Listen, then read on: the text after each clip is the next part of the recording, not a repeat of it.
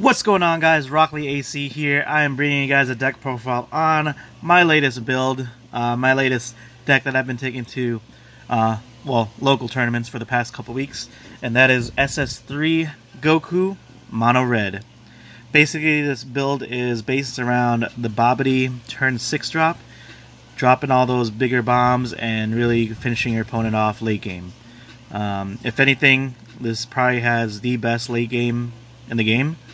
Outside of like mono blue control, and it really has answers for a lot of the meta decks, sort of say, or at least the popular decks have been popping up recently in the past couple weeks. Unfortunately, I wasn't able to go Gencon. A couple of my buddies went. Tony Ortiz, I think he finished top 8, and then also one of our other locals on up. He finished, I think, 19th or something like that. So that was pretty good. Really good representing them. They play at our locals a lot, so we have a lot of playtesting.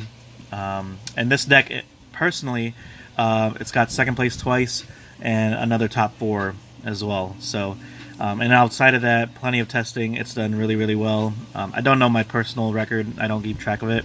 But just know that I've gotten a lot more wins and losses for total tournament and casual play. This deck is very good. It could be really explosive. It just loses to Hardcore Rush. So if you're going to play against like a super aggressive Flute aggro deck, or I lost to Tony's Hirudegan Veggie deck, it's just very hard, even if you have stuff like Zeno, Chain Attack, and stuff like that. But anyways, I'm going to give you guys a deck profile. I know I did like a deck profile on Mono Red about a little over a month ago, and then even before that, my Red-Blue SS3 version. So I apologize for it not being too unique, but I do have other deck profiles coming up, as well as from other players in our locals, so stay tuned for that. Without further ado, let's go ahead with a deck profile. Everybody knows SS3 by now. I don't know if he's going to get an errata after the event. I mean, a lot of people were playing it, but you guys know what it does. The untap gives it so much potential. So let's start off with the negates. I run 4 Bottles Assistances. This card really helps a lot, especially in an aggro deck where your opponent is being pressured by certain battle cards. Sometimes I intentionally leave like a battle card open, like a Burst Attack Gohan, or Intensifying Power Trunks, so that they could kind of target it and not rush me in terms of like my life. So I purposely leave it open, and then I Bottles Assistance, and some people get really upset because I could just reset attack the mode. One of the MVPs of the deck, definitely outperformed in a lot of my matches, Pride and Justice Topo. Again, with the SS3 being able to untap when you're awakened, it gives us so much more value.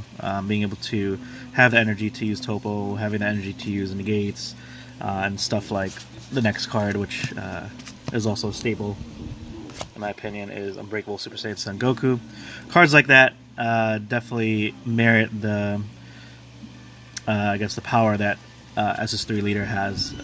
Just the ability to restand and have these cards to counter. It's definitely a very control type leader. I also ran 4 Furthering Destruction Champa, because I like that double strike crit when I hit with Trunks or Gohan. And just even for going for game, that surprise factor, people sometimes forget. They have 2 life left. To the other battle cards, I run 4 Intensifying Power Trunks. This card was great all around. The power to deny people cards is one of the most powerful mechanics, so critical is definitely what I wanted to focus on in terms of damage. I ran a small Frost engine of 2 Frost and 3 Terror Assault Frost.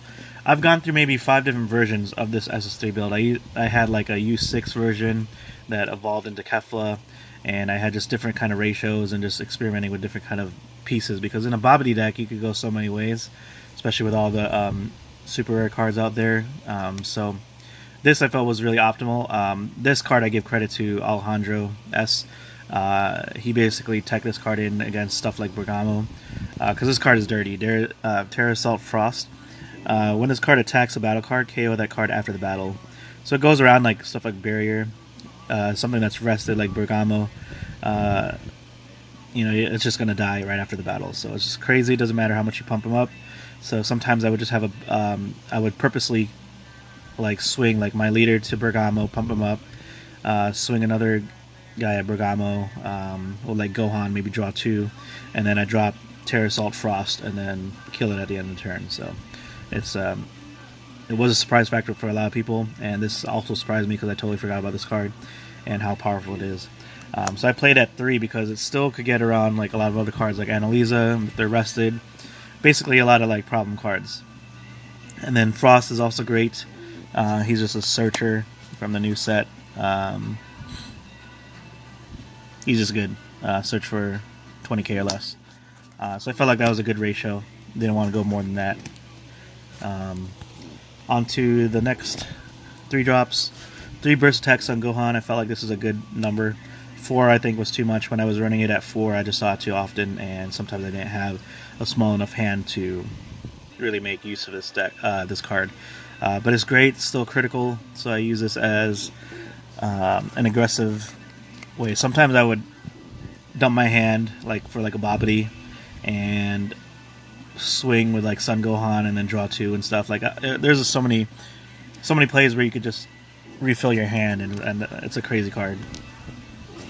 I ran 3 Fearless Pan. She was also very relevant because some decks, because of red, like you don't really have a lot of power per se in terms of like combo power, especially in this deck. I don't run any boost stack Piccolos.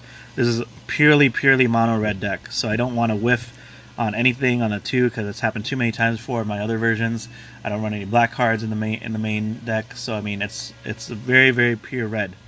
So being able to hit this like with a Babidi and give my battle cards a +5 goes a long way and puts a lot of pressure. So there were a lot of games that I won because of Fearless Pan, and she's also a barrier blocker, so very good. One of my tech cards, Impeccable Super Saiyan Kaba. I run this because a lot of players run stuff like blockers and just problem cards that were just early on. You know, even with veggies, this definitely helped like attack like a Kaba, things that are on active mode. So permanent, this card can attack battle cards in active mode, and your opponent cannot activate counter against this card's attack. So that's great. When this card attacks, if your leader card is Saiyan, it doesn't really matter. But basically, no counters. You're going to be swinging in safely, and you kind of put pressure on your opponent's board, which is what you want to do. Next is 4 Chain Attack Piccolos. Chain Attack Trunks. One of the best cards in the game, I would think. Again, you'll see in my sideboard that I side into Zeno. But Chain Attack Trunks allows for stupid plays. On 6 energy, you could play Chain Attack Trunks into Babidi, and they have like the 2 energy open. It's just so good. Or you could evolve. It's just nasty. Like Chain Attack into Babidi is just nuts.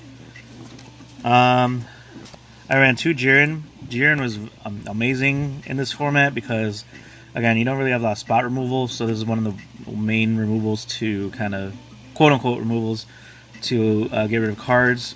It's a 30k when it swings up battle cards, so it puts a lot of pressure on those control decks. Again, King Piccolos, Annalisas, all that stuff, Bergamos. So it really puts pressure on them, puts pressure on blockers, just the whole field. He's very powerful, and I think people are running red. You'll start to see a lot more people running at least 2 to 3 Jirens in their deck because he's just so good. He's so strong. 2 Foreseeing Hit. I like this card. It's a 2 of because space for this deck is like very cloggy. You don't want to hit this with Babidi because it doesn't trigger off of Babidi. But it's still, you want to hit this before maybe like a turn 5. Get the problem cards out of the hand, and then turn 6 Babidi. But Foreseeing Hit, Double Strike, one of the best cards in the game. Probably the top 3 battle cards, I would say. When you play this card from your hand, your opponent reveals a hand, choose up to 2 battle cards, 35k or less power, and then summon to Warp.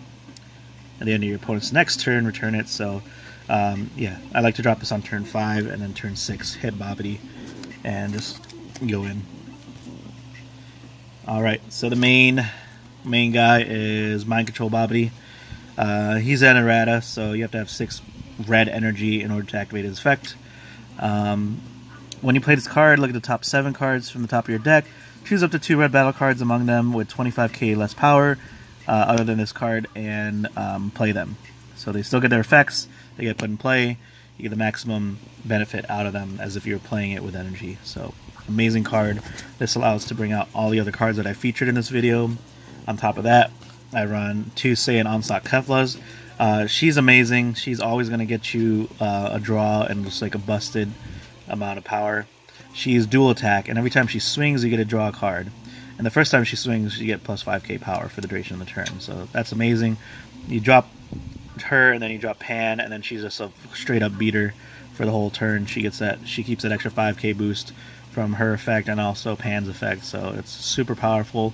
Your opponent really wants to take this off board because this is like card advantage. It's just swing, and your opponent has to deal with like a 35k, 40k at times battle card without even combos. So she's very powerful. Even hard casting her isn't bad if you're down on cards.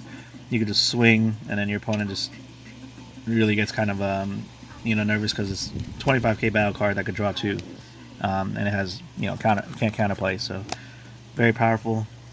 And then next I ran one of each of these GT Gokus. They're there for their own reasons. Just another high cost 25k beater. The Broken Limits one from the starter deck. This card is great. You could EX evolve, but when one of your cards attacks, this card gains plus 5k power for the duration of the turn. Then, if this card's power is 40 or more, this card gains triple strike. It's very easy to get this triple strike. You swing with your leader, that's already 5k, and then all you need is just 2 more battle cards. And that's easy because you have Babidi. You have stuff like Topo that could put in play. You could evolve with like Trunks and stuff. So it's very easy to get that triple strike active on there. But if your opponent has like all this removal and stuff, and you really only have like your leader and something else, then the other alternative, if you have the chance to play, is Victorious Fist. I like this card a lot because also once per turn when this card attacks, switch this card active mode, gains plus 5k as double strike. So you're swinging at double strike twice. Super powerful. And then also they could both evolve into the ultimate Super Saiyan Force Son Goku. I just put this in for lols. My opponent kind of just, if I have to charge for energy, then I have to, but like they get kind of like freaked out, like, oh, there's a GT deck or something like that.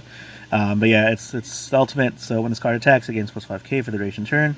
Then if the power is 60k or more, it deals 1 damage to your opponent's life. Activate main, place 2 cards from your hand, and drop area switches card active mode. So again, with a big hand, with stuff like Kefla, and just normal draw power, he could just to active and put a lot of pressure on your opponent. So yeah, that's my main board. I barely go into this. Actually, honestly, I've never went into this in all of my games, every single one of my games. So I don't know. It's just there as a backup, but you really don't need it. You're going to be finishing off games with other cards, so I don't know. I might switch off the GTs for something else. But anyways, sideboard. So sideboard is really dependent on your meta. So our meta is kind of a mix of like mono blue, veggies, SS3, and just like random good stuff. Because half of us like to play like fun decks, and half of us like to play the meta decks. So it's a little bit of everything. But on the sideboard, I kind of really only use it if I go against certain matchups like apes or like veggies, something that builds board, because I run the Zeno chain attack. So I mean, when I'm siding out cards, I actually side out to the blue package and I take out the Babidis. So if I'm gonna go all in for sideboard, I'm switching my whole sideboard out. So I'm gonna be using Zeno. We'll just put that out there. I'm running the negates, the blue negates, Whisk version. I'm obviously swapping out my red negates. Mufuba, I think, is very important because there's stuff like U7 decks that also go around, and the only way to really prevent that ultimate strike or whatever from Goku is Mufuba. And Mufuba overall is very great too. It's another answer to stuff like Bergamos and Annalisas, and just really powerful cards that are just really annoying. And then also switching to the blue package allows me to have that extra combo power, so I could sacrifice some of the higher drop 6s for this boost attack Piccolo, because it's going to help me push for extra damage and get that extra draw power. And since I'm taking out Babidi, you know, I have the luxury of running like black cards. Scientist Fu, only 2 of them. He's a great finisher. He's a good alternative to take out for the higher drops because of double strike and stuff, and he draws 2. So in the main board, I'd probably take out maybe Vado's Assistance and something like these Kabas for the 3 Wiz Recursion and 3 Mafubas. So I mean those would probably be substituted, taken out for that. For the Babidi package, you know, since I'm running, you need all 6 red energies, so there's no point. So swapping those out for the 4 boost attack Piccolos, taking that out. For the remaining other drops, you got the GT engine, those 3, swapping for the Zenos. And then for the final 2, I decided, you know, depending on the matchup, you know, whatever you feel like you want to take out, or if you feel like your opponent doesn't have like a lot of battle cards, you know, whatever, Jiren, you substitute for a Scientist Fu. Because you're already doing double strike already, you could afford, you know, that extra loss. But yeah, basically that's my deck. Hope you guys liked it. It's been very powerful. Actually, no, sorry, yeah, I took a local game, but that was only 6 players, so that was first. 2 top 2s and then a top 4. So those are my past couple weeks of testing, and it's been a very good deck. I don't think it would have performed extremely well at Gencon. It would have probably took a lot of people off guard, but against a lot of the rush decks, again, it just really doesn't have a lot of power, I guess, or ways to prevent. But definitely in like a locals tournament, if you want something like fun to play and like still be competitive and put up with a lot of decks, I think this build is very great, especially with certain key cards that could attack those or have answers for those annoying cards like Bergamo and Elisa and stuff like that. So anyways, let me know what you guys think. I will be posting up more stuff. I know I've been doing vlogs between Naruto and Super, so I'll be posting up those as well as other deck profiles. Ultimate Box just came out, so I'm toying around with like the new Vegeta leader and stuff. So rate, comment, subscribe. Hope you guys are you know, subscribed to the channel. I'm almost to 500 subscribers. I might do something like a giveaway if I hit that. But thank you guys for all the support and love you give me. And I will see y'all next time. Peace out.